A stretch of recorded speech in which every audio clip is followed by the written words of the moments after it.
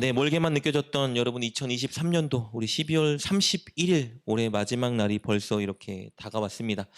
여러분께 좀 당부드리고 싶은 한 가지는요. 오늘 예배 후에 여러분 올 한 해 여러분과 함께했던 모든 분들에게 여러분 좀 감사의 인사 메시지라도 좀 보내는 것을 여러분께 좀 권하고 싶습니다. 여러분의 가족들 그리고 우리 교회 식구들 그리고 학생은 교수님 뭐 동기들에게 좀 감사의 인사를 좀 전했으면 좋겠고요. 직장에서 일하시는 분들은 여러분 직장에 있는 그런 모든 사람들에게 꼭 감사의 인사를 전했으면 좋겠습니다. 특별히 많이 감사한 게 없다고 생각이 들어도 함께 일할 수 있었던 그것들을 여러분이 감사할 때 이런 소소한 감사가 우리 안에 더 큰 감사를 만들 줄 믿습니다. 저는 지난 한 주간 감사의 인사를 참 많이 받았습니다.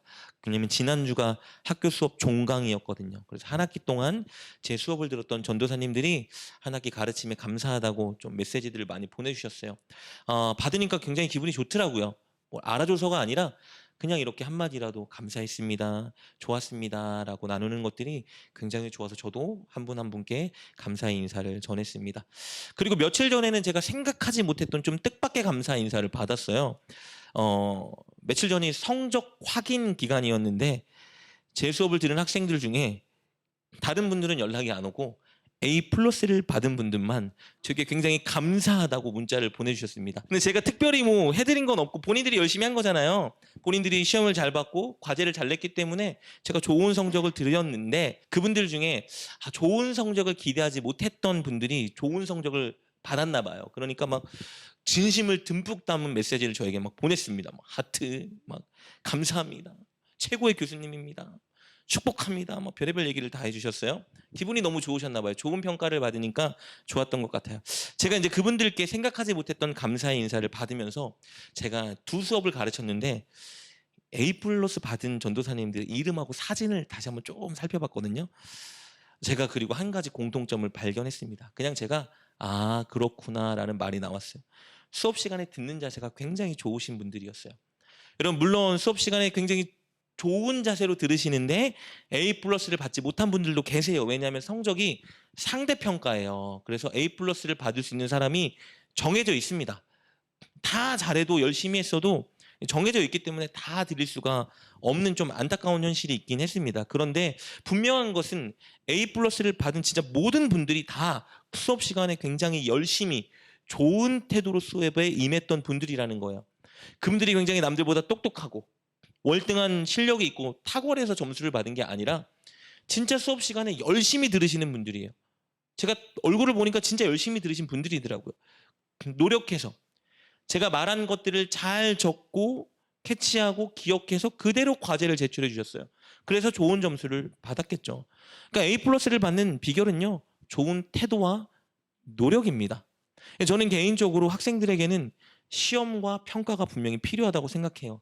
그것들 때문에 좀 부담도 되고 학생들이 스트레스 받는 건 사실인데 동시에 그것들이 있기 때문에 학생들이 더 집중하고 더 노력하고 공부하기 때문입니다. 그리고 학기 말에는 한 학기 동안 내가 진짜 수업을 어떻게 임했는지 자신의 태도와 노력을 평가할 수 있습니다. 그렇기 때문에 여러분이 시험과 평가는 필요하다는 생각을 해보게 됩니다. 그럼 그렇다면 우리 그리스도인들은 어떨까요? 우리가 흔히 하는 착각은 무엇이냐면요. 그리스도인은 평가받는 일이 별로 없을 것이다 라고 생각해요. 시험을 치르는 것도 아니고 마감일이 있는 과제를 제출하는 것도 아니기 때문에 우리가 뭐 평가를 받나 생각하곤 합니다. 그런데 오늘 본문은 분명히 우리에게 말해주고 있어요. 우리는 평가를 받습니다. 우리가 들은 말씀에 대해 올바른 열매를 맺고 있는지 아닌지를 여러분 우리는 분명히 평가받습니다. 우리의 믿음이 진짜 온전한 믿음인지 아닌지를 평가받아요, 여러분. 그런데 학교에서처럼 상대평가를 받지는 않아요. 무슨 말이냐면요. 내가 진짜 열심히 노력했어요. 근데 남들이 진짜 나보다 실력이 좋아.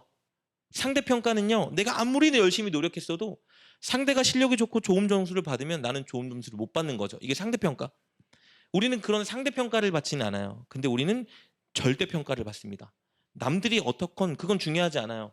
나라는 사람이 하나님 말씀을 듣고 이 말씀을 정말 열매로 맺었는지 아닌지는 하나님께 평가받습니다.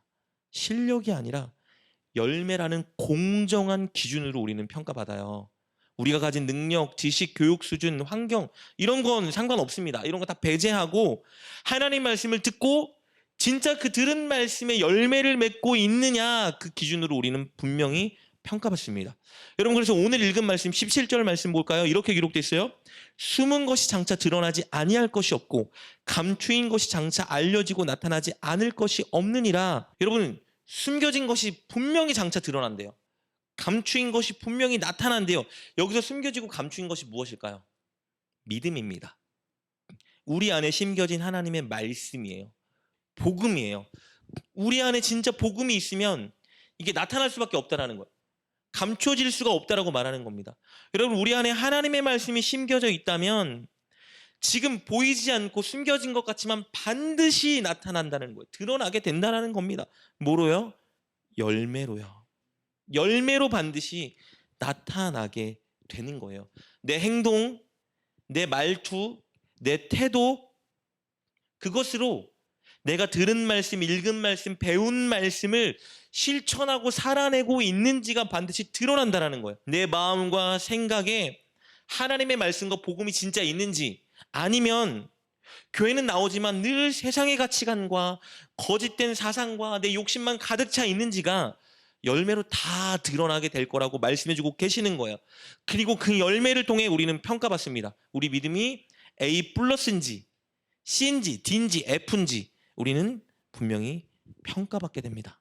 오늘 본문을 보면 우리가 받는 평가지에는요 4가지의 성적 등급이 분류되어 우리에게 기록된다라고 나와 있어요. 그 성적은 뭐냐면 첫 번째 길가라는 성적, 두 번째 바위라는 성적, 세 번째 가시떨기라는 성적, 네 번째 좋은 땅이라는 성적. 저와 여러분은 주님이 평가하실 때 2023년도 오케이 평가해 줄게 연말. 자 너는 길가, 너는 바위, 너는 가시떨기, 너는 좋은 땅이라는 평가 성적을 우리에게 주신다는 거예요. 우리의 평가표에 뭐가 기록돼 있어야 될까요, 여러분? 길가, 바위, 가시떨기 절대 안 됩니다. 우리 평가표에는 좋은 땅이라는 A 플러스 성적표가 기록돼 있어야 돼. 그것이 주님이 우리에게 기대하는 성적입니다. 사랑하는 여러분, 2023년도 여러분의 평가표가 뭔지는 모르겠어요. 본인이 알겠죠? 주님이 아실 거예요. 그런데 2024년도에는 소망이 있습니다. 저와 여러분 모두가 다 우리의 믿음이 A 플러스였다라는 평가를 받았으면 좋겠어요. 너의 믿음은 2024년도 좋은 땅이었다. 이런 평가를 주님께 받았으면 좋겠습니다. 내년 이맘때, 내년 마지막 주 우리가 다시 만날 때 여러분 정말 우리 기쁘게 주님께 평가받았으면 좋겠습니다. 올 한 해 넌 A 뿔이다. 여러분 꼭 이런 평가받는 저와 여러분 될 수 있길 주님의 이름으로 축복합니다. 그렇다면 이 성적을 받을 수 있는 비결이 무엇인지 오늘 본문을 통해 살펴보도록 하겠습니다. 여러분 예수님은 공생애를 시작하면서 늘 하나님의 말씀을 전하셨어요. 어느 곳에 가나 하나님의 말씀을 전하셨습니다. 그리고 예수님이 전하시는 하나님의 말씀이 너무 은혜스럽고 예수님이 보여주시는 능력이 너무 탁월하고 놀라워서 수많은 사람들이 늘 예수님께 몰려들었죠. 그들의 공통점이 한 가지 있습니다. 그들의 공통점은 뭐예요? 다 예수님의 말씀을 듣는다라는 공통점이 있었던 거예요. 여러분 제가 교수로 학생들을 가르칠 때 제 수업 시간에 반에 들어온 모든 전도사님들에겐 공통점이 있죠. 제가 가르치는 수업을 무조건 다 듣는다는 공통점이 있어요. 마찬가지 예수님께 몰려든 모든 사람들, 측근인 제자들처럼 예수님을 따르던 무리들, 새로운 장소에서 너무 신기해서 예수님께 나와 예수님께 찾아온 자들, 다 공통점은 뭐냐면 예수님의 말씀을 지금 듣고 있다는 거예요. 그런데 듣고 있는데 예수님의 평가가 달랐다는 게 문제예요. 어떤 자에게 너는 좋은 땅, 어떤 자에게 너는 바위, 어떤 사람에게 너는 길가라는 평가를 주셨다는 겁니다. 우리 오늘 본문의 4절부터 8절까지 말씀 볼까? 이렇게 기록되어 있습니다. 각 동네 사람들이 예수께로 나와 큰 무리를 이르니 예수께서 비유로 말씀하시되 씨 뿌리는 자가 그 씨를 뿌리러 나가서 뿌릴새 더러는 길가에 떨어짐에 밟히며 공중의 새들이 먹어버렸고 더러는 바위 위에 떨어짐에 싹이 났다가 습기가 없으므로 말랐고 더러는 가시떨기 속에 떨어짐에 가시가 함께 자라서 기운을 막았고 더러는 좋은 땅에 떨어짐에 나서 100배의 결실을 하였느니라. 이 말씀을 마치고 외치시되 들을 귀 있는 자는 들을지어다 말씀하세요. 성적을 주십니다. 다 똑같이 같은 공간에서 예수님 말씀을 들었는데 네 가지의 성적 등급으로 나눠졌어요. 여러분 왜 그럴까요? 다 같은 말씀을 지금 들었는데 누구는 좋은 땅, 누구는 바위, 누구는 길가, 누구는 가시떨기라는 성적이 나눠진 이유가 무엇일까요, 여러분? 그 비교를 한번 살펴보도록 하겠습니다. 먼저 길가라는 성적표를 받은 사람, 왜 길가라는 성적표를 받았는지 특징을 볼까요? 우리 12절 말씀 이렇게 기록되어 있습니다. 길가에 있다는 것은 말씀을 들은 자니, 분명히 여러분 말씀을 들은 자입니다. 근데 뭐라고 하죠? 이에 마귀가 가서 그들이 믿어 구원을 얻지 못하게 하려고 말씀을 그 마음에서 빼앗는 것이요. 분명히 하나님의 말씀, 예수님의 말씀을 들었어요. 그런데 말씀이 어떻대요? 마음에 전혀 심겨지지 않았다고 합니다. 마음에 말씀이 없으니까 삶에 어떤 열매가 없는, 변화가 없는 거예요. 여러분 그럼 마음의 말씀이 왜 심겨지지 않았을까? 여러분 지금 상식입니다. 말씀을 들을 때 다른 생각을 하거나 자신의 주관이나 소망을 가지고 이것에 예수님의 말씀을 껴맞추고 싶어 하거나 졸거나 집중하지 않거나 당연하겠죠. 이렇게 했겠죠.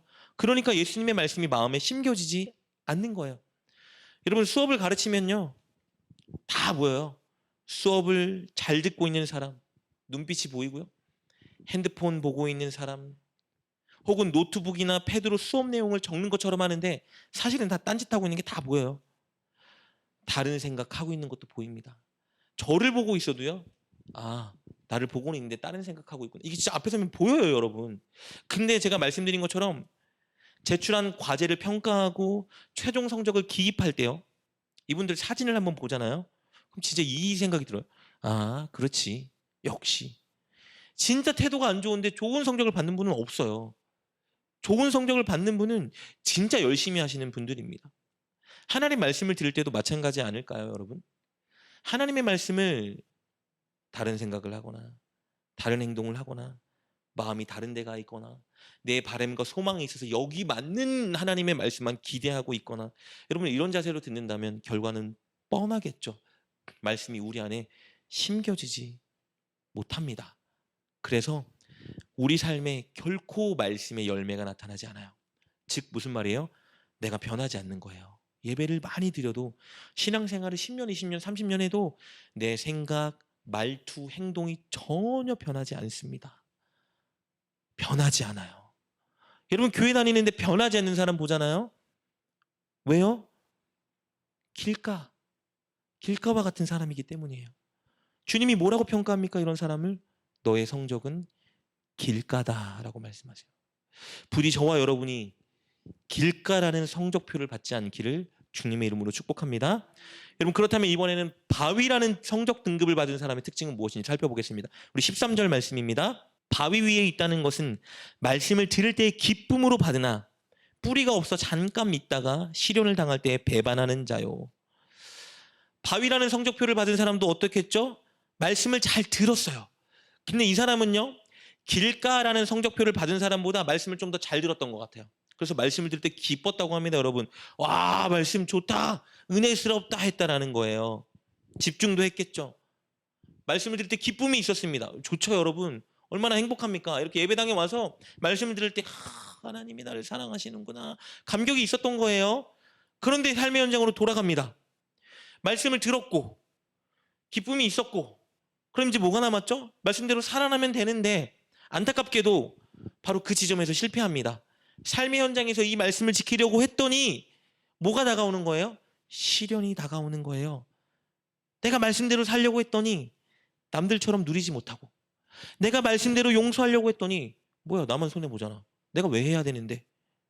말씀대로 섬기려고 했더니 저 사람은 안 섬기는데 왜 나만 섬겨. 세상 사람들 이렇게 살면 바보 아니야?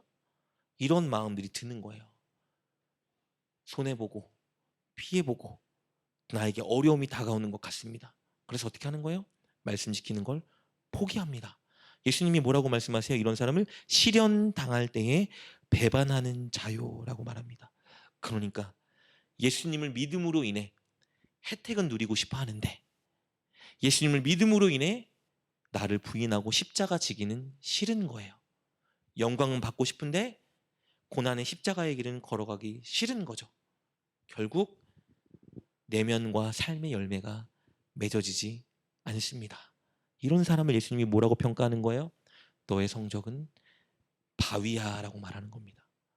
저와 여러분 절대 바위라는 평가를 받지 않기를 주님의 이름으로 축복합니다. 여러분, 세 번째 등급입니다. 이번에는 가시떨기라는 등급인데요. 우리 14절 말씀에 이렇게 기록되어 있네요. 가시떨기에 떨어졌다는 것은 말씀을 들은 자이나 지내는 중 이생의 염려와 재물과 향락의 기운이 막혀 온전히 결실하지 못하는 자요. 분명히 들었대요. 맞죠? 14절에 말합니다. 가시떨기에 떨어졌다는 것은 말씀은 들은 자이나, 이런 모두가 다 말씀을 듣는 자예요. 예배에 참석하는 자입니다. 전해지는 설교를 듣는 거예요.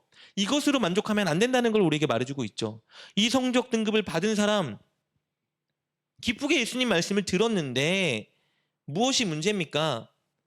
살아가려고 했더니, 말씀대로 실천하려고 했더니 바위와 같은 사람처럼 이게 녹록하지가 않은 겁니다. 특히 무슨 문제요? 돈 문제, 그리고 향락 문제, 즉 세상의 것을 즐기는 문제, 이 두 가지에 계속 걸리는 거예요. 말씀대로 살다가는, 내가 교회에 헌신하고 영혼들 섬기다가는 내 남들처럼 못 번다, 이건. 아니, 다른 사람들은 다 주일날 일도 하고 평일날은 뭐 교회야, 주일날 한번 나가면 됐지, 남들처럼 이렇게 해야 돈도 많이 벌고 내가 좀 누리지. 근데 하나님이 주시는 감동대로 살려고 그랬더니, 이렇게 살다가는 이거 안 돼, 너무 손해야, 다른 사람보다. 그래서 어떡합니까? 말씀 지키는 일을, 하나님 주신 마음을 포기하는 거야. 내 재정적인 형편을 보니까 이건 하나님께 못 드려, 어떻게 섬겨요, 이렇게 살다가. 이런 진짜 나 망해, 못하지. 결국은 포기하는 거예요. 결국은 여러분 다 뭐죠? 온전한 믿음이 없는 겁니다. 하나님을 신뢰하지 못하는 거죠. 혹은 하나님이 원하시는 일들을 우선순위에 두고 살다가는 내 친구, 내 주변 사람들이 누리는 것들, 경험하는 것들, 자랑하는 것들, 나만 못하겠네. 나도 좀 저렇게 누리고 즐기고 살아가야 되는데, 맛집도 가고 여행도 가고 취미생활도 하고 해야 되는데, 이거 말씀대로 살다가는 인생이 이게 뭐냐, 이게 지질하고 아무것도 안 되겠다, 이런 생각이 드는 거예요. 그럼 어떻게 합니까? 말씀을, 여러분, 따르는 일을 멈추는 거죠. 이런 사람의 특징은 뭐예요? 시선이 하나님을 향하는 사람이 아니라 세상을 향하는 사람이에요. 사람들을 향하는 사람입니다. 그래서 사람들이 늘 하고 즐기는 것 보면 나도 즐기고 싶고 나도 저렇게 해야 될 것 같고, 하나님이 채워주실 걸 믿지 못하니까 세상 사람들이 하는 그 길을 따라가려고 노력하는 것이죠. 예수님이 이런 사람들에게 성적평가 등급을 주시네요. 뭐라고요? 가시떨기. 여러분, 우리 지금까지 세 가지 성적 등급을 살펴보았습니다. 주님은 우리가 이런 성적 등급을 받길 원치 않으세요. 주님은 우리가 A+ 받기 원하십니다. 좋은 땅이라는 성적을 받길 기대하세요. 15절 말씀 볼까요? 이렇게 기록되어 있습니다. 좋은 땅에 있다는 것은 착하고 좋은 마음으로 말씀을 듣고 지켜 인내로 결실하는 자니라. 좋은 땅이라는 성적 등급을 받은 사람도 말씀을 들은 사람이에요. 그런데 어떻게 합니까? 지키어 인내로 결실하는 자니라. 여러분, 하나님의 말씀을 지키는 데는 인내가 필요합니다. 신앙생활에는요, 인내가 필요해요. 무슨 의미일까요? 쉽지 않다는 거예요. 손해보는 것처럼 보일 때도 있고요, 세상 사람들처럼 못 누리는 것처럼 보일 때도 있어요. 믿음을 지키는 것 때문에 피해보고 어려움을 당하는 일도 실제로 있습니다. 그래서 인내가 필요한 거예요.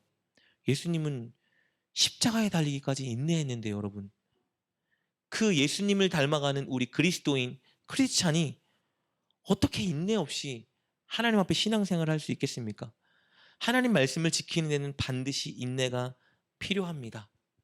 손해가 조금 있고 나만 이렇게 하는 것 같고 이러다가는 진짜 나만 못 볼 것 같은, 이렇게 살다가는 나만 진짜 늘 피해보는 자리에 설 것 같은 그런 환경이 실제로 와요. 여러분, 그때 인내해야 합니다. 하나님이 분명히 알고 계시다는 걸 믿어야 돼요. 하나님이 더 좋은 길을 예비하셨다는 걸 믿어야 됩니다. 하나님 지금 보고 계신다는 걸 여러분 믿고 인내해야 하는 거예요. 그래서 실천하면 어떤 일이 발생하는 겁니까? 하나님의 아름다운 성품을 우리가 닮아가고, 그 성품 때문에 사람들을 주께로 인도하는 역사가 일어나는 거예요. 이런 사람을 주님이 뭐라고 말해요? 너는 좋은 땅, 너 A+라고 말하는 겁니다. 사랑하는 여러분, 우리가 바로 이 마지막 성적 등급 A+ 좋은 땅이라는 등급을 받아야 합니다. 들은 하나님의 말씀, 읽은 하나님의 말씀, 깨닫고 배운 하나님 말씀이 있다면 이 말씀대로 살기를 결정하고 이 말씀대로 말하고 행동하는 삶을 실천에 옮겨야 합니다. 그럴 때 좀 어려움이 오고 손해 입는 일도 분명히 다가와요. 지금은 금전적으로도 약간 손해보는 것 같은 상황도 다가옵니다. 세상 사람들이 즐기고 막 자랑하는 거 나도 못 누릴 수 있어요, 여러분. 그때 인내하시면 주님은 세상이 느끼고 세상이 즐겨하는 것들과는 비교할 수 없는 평안과 행복을 저와 여러분에게 경험하게 하실 겁니다. 2023년도 여러분의 하나님의 말씀을 듣고 어떤 열매를 맺어 어떤 평가를 받으셨는지 저는 알 수 없지만 2024년도에는 우리 다 함께 하나님의 말씀을 듣고 그 말씀에 순종하여 많은 열매를 맺었으면 좋겠습니다. 태도가 달라지고 말이 달라지고 행동이 달라지는 저와 여러분이 되셨으면 좋겠어요. 예수님의 아름다운 성품을 닮아가고 그 모습 때문에 하나님이 영광 받으시고 영혼들이 주께 돌아오는 역사가 일어났으면 좋겠습니다. 여러분 교회를 사랑하시니까 우리 또 어르신들은 교회가 빨리 부흥돼야 되는데 사람들이 와야 되는데 기도하시죠. 그런 기도보다 더 중요한 건요. 내가 달라져야 되는데 내가 변해야 되는데 하면 됩니다. 내가 진짜 변하면요. 내가 진짜 예수님의 성품을 닮아가면요. 여러분 주변에 안 믿는 사람들이 여러분 때문에 교회 오게 됩니다. 중요한 건 그거예요. 먼저 돼야 될 건 그겁니다. 전도해야죠, 여러분. 사람들 오면 좋죠. 그런 소망을 버리라는 게 아닙니다. 그것보다 더 먼저는 내가 달라지고, 내가 다르게 말하고, 내가 더 매너 있고 공손하고, 내가 더 아름답고, 내가 잘 섬기는 사람이 되면 돼요. 그러면 우리 때문에 여러분, 사람들이 주께 돌아오는 역사가 일어나게 됩니다. 저와 여러분이 2024년도에는 꼭 그런 모습으로 아름다운 열매를 맺었으면 좋겠습니다. 그러면 끝으로 우리가 어떻게 그렇게 들은 말씀대로 살아 열매를 맺고 주님께 A+를 받을 수 있을까? 이 비결을 나누고자 합니다. 여러분 15절 말씀 보면 이렇게 기록되어 있습니다. 다시 보면 이렇죠. 좋은 땅에 있다는 것은 착하고 좋은 마음으로 말씀을 듣고라고 말합니다. 듣는데 그냥 듣는 게 아니래요. 착하고 좋은 마음으로 말씀을 듣는데요. 여러분 좋은 땅으로 평가받는 비결의 가장 우선순위는 뭡니까? 듣는 태도예요. 어떻게 말씀을 듣는지 그 태도가 내가 맺을 열매를 결정합니다. 착하고 좋은 마음으로 말씀을 들으면 역사가 나타납니다. 그래서 18절 보면 이렇게 말씀하시죠. 예수님이 이 교훈을 가르치시고 나서 결론입니다. 그러므로 너희가 어떻게 들을까 스스로 삼가라. 무슨 말일까요? 반드시 착하고 좋은 마음으로 말씀을 들어라 라는 권면이에요. 그렇다면 착하고 좋은 마음으로 듣는 태도는 도대체 어떤 태도일까요? 그것은요, 예수님께서 전해주시는 그 말씀이 하나님께서 지금 내게 주시는 명령이자 뜻이라는 확신과 믿음을 가지고 그 말씀을 주실 때 제가 반드시 순종하겠습니다. 결의로 듣는 태도입니다. 이 태도가 바로 사무엘이 보여줬던 그 태도예요. 하나님이 어린 사무엘을 부를 때 사무엘아 사무엘아 부를 때 그가 하나님께 이렇게 대답합니다. 사무엘상 3장 10절 말씀입니다. 여호와께서 임하여서 전과 같이 사무엘아 사무엘아 부르시는지라 사무엘이 이르되 말씀하옵소서 주의 종이 듣겠나이다. 여러분 보세요. 하나님을 주라고 말하고요. 자신을 주의 종이라 고백하고 있습니다. 주는요. 최고 권위를 가진 분이에요. 혹은 주인을 의미하는 거예요. 종은 뭐 하는 사람이죠? 주인이 말하면 목숨이라도 내걸고 주인 말에 순종하는 사람이에요. 사무엘이 뭐라고 고백하고 있는 거예요? 하나님 말씀하십시오. 어떤 말씀을 주시든지 제가 그 말씀 무조건 순종하겠습니다. 듣겠습니다. 라는 자세로 말씀을 들은 거예요. 여러분 사무엘처럼 설교를 듣는다고 생각해 보세요. 잘 수가 없습니다, 여러분. 다른 생각할 수가 없어요. 지금 설교 듣는 이 시간 하나님이 나에게 주시고자 하는 말씀을 주신다? 어떻게 잡니까? 어떻게 다른 생각을 할 수 있습니까? 그럴 수가 없는 거예요. 집중할 수밖에 없습니다, 여러분. 하나님이 여러분 우리에게 언제 말씀하시죠? 여러분 찬양할 때 주시는 감동도 분명히 있죠? 기도할 때 하나님이 주시는 감동도 있어요. 그런데요, 이런 것들은 불완전합니다. 내 생각이 섞일 수 있어요. 날마다 오는 건 아니에요. 그런데 가장 명확하고 가장 확실하고 가장 분명하게 하나님이 우리에게 말씀해 주실 때가 있어요. 그게 뭐죠? 이 성경 말씀을 듣는 이 설교 시간입니다, 여러분. 이것만큼 더 정확하고 분명하고 명확한 하나님의 음성은 없어요, 여러분. 기도하다가 듣는 하나님의 음성보다 더 확실한 음성은요, 하나님 말씀입니다. 그래서 말씀을 알아야 돼요. 이 말씀을 아는 것이 기도하다 하나님 음성 듣는 것보다 훨씬 명확하고 중요한 것입니다. 여러분, 이 설교 시간은요, 분명히 아셔야 돼요. 하나님이 여러분을 향한 뜻을 주시는 시간입니다. 이때 착하고 좋은 마음으로 들어야 돼요. 하나님, 이 설교 시간 하나님이 주시는 그 말씀이 나를 향한 하나님의 뜻과 명령인 걸 내가 인정합니다. 어떤 말씀을 하시든지 제가 듣고 순종하겠습니다. 여러분, 이런 결단과 사모함으로 말씀을 들으면요, 성령님이 여러분 안에 역사하십니다. 그래서 이 말씀이 여러분 삶의 현장에서 살아낼 때 기억나는 거예요. 지키고 싶은 거예요. 여러분을 찔르는 역사가 나타나는 것입니다. 그래서 여러분, 이런 착하고 좋은 마음으로 말씀을 듣고 이 시간 우리가 결단 기도하는 거예요. 하나님, 이 말씀을 제 마음에 새겨주세요. 제가 일주일간 살아갈 때 이 말씀이 나타나 일어나 이 말씀대로 실천하며 살아갈 수 있게 역사해 주십시오 라고 간구해야 되는 거예요. 그리고 들은 말씀, 결단한 순간이 있다면 여러분 바로 실천할 순간에 실천해야 됩니다. 성령님이 도우셔서 살아내게 하실 때, 마음을 주실 때 움직여야 돼요. 그때 역사가 일어나는 거예요. 제가 지난주 토요일 외부 집회를 하면서 말씀을 전했죠. 지금이 기회다라는 말씀이었어요. 지금 하나님께서 주시는 말씀에 즉각 순종해야 된다는 말씀이었는데, 제가 말씀 집회를 끝나고 하나님이 갑자기 제 마음에 한 가지 마음을 주셨어요. 그래서 제가 말씀을 전했잖아요. 즉각 순종해야 된다? 그래서 제가 즉각 순종했습니다. 사실은 이제 말씀을 전한 사례비를 받기로 돼 있었어요. 근데 하나님이 그런 마음을 주시더라고요. 너가 그냥 더 섬겼으면 좋겠다. 즉각 순종한 거예요. 사례비 받지 않고 사례비를 돌려드리고 필요한 데 쓰고, 나중에는 내년에는 아내랑 우리 교회가 또 섬길 수 있으면 섬기면 좋겠다. 제가 부자여서가 아니고요. 저희도 형편이 지금 굉장히 빠듯하거든요. 그 돈 정말 저에게 필요한 돈이었지만 받지 않았습니다. 하나님 마음을 주셨기 때문이에요. 그런데 며칠 후에 생각지도 못했던 어떤 분이 저희 교회에 찾아오셨어요. 그리고 헌금을 하고 가셨습니다. 그 돈보다 더 많은 금액을. 물론 제 지갑이 채워진 건 아니지만 저희 교회에 필요한 데 쓸 수 있도록 또 하나님이 더 부어주신 거예요. 여러분, 하나님께 순종하면 하나님이 책임져 주십니다. 하나님 분명히 우리 인생을 책임져 주세요. 그 염려를 맡기고 하나님 말씀 주실 때 즉각 움직이는 삶을 살아보세요. 하나님이 내 그릇과 내 마음을 넓혀 가십니다. 그래서 하나님께 더 많은 복을 받을 수 있는 지경과 그릇을 넓혀 주시는 거예요. 여러분, 이게 가장 큰 복입니다. 내가 이렇게 살아갈 때 나의 모습을 보고 변하지 않던 세상 사람들이 변화되는 거예요. 우리 부모님이 변하고 내 배우자가 변하고 자식이 변하고 친구들이 변하고 지인이 변하게 되는 겁니다. 그 역사를 하나님이 우리를 통해 이루시길 원하시는 거예요. 어떻게 하면요? 착하고 좋은 마음으로 하나님 말씀을 들으면 하나님 그렇게 역사하십니다. 여러분, 오늘 2023년도 마무리하는 이 시간 우리 다 함께 결단했으면 좋겠습니다. 여러분, 지금까지 어떻게 하나님 말씀을 들었던지 간에 지금이 오늘이 기회입니다.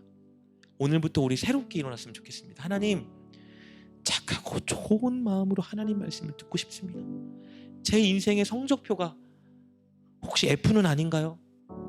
내가 신앙생활하고 교회 예배 참석하고 여러 가지로 봉사했지만 하나님, 내 삶의 열매가 혹시 F입니까? D입니까? C입니까? 길가인가요? 저는 가시떨기인가요? 저는 바윈 아닌가요? 여러분, 그렇다면 우리 오늘 좀 새로워졌으면 좋겠습니다. 하나님, 이제 저 A+ 받는 사람 되고 싶습니다. 저 진짜 좋은 땅과 같은 사람 되고 싶습니다.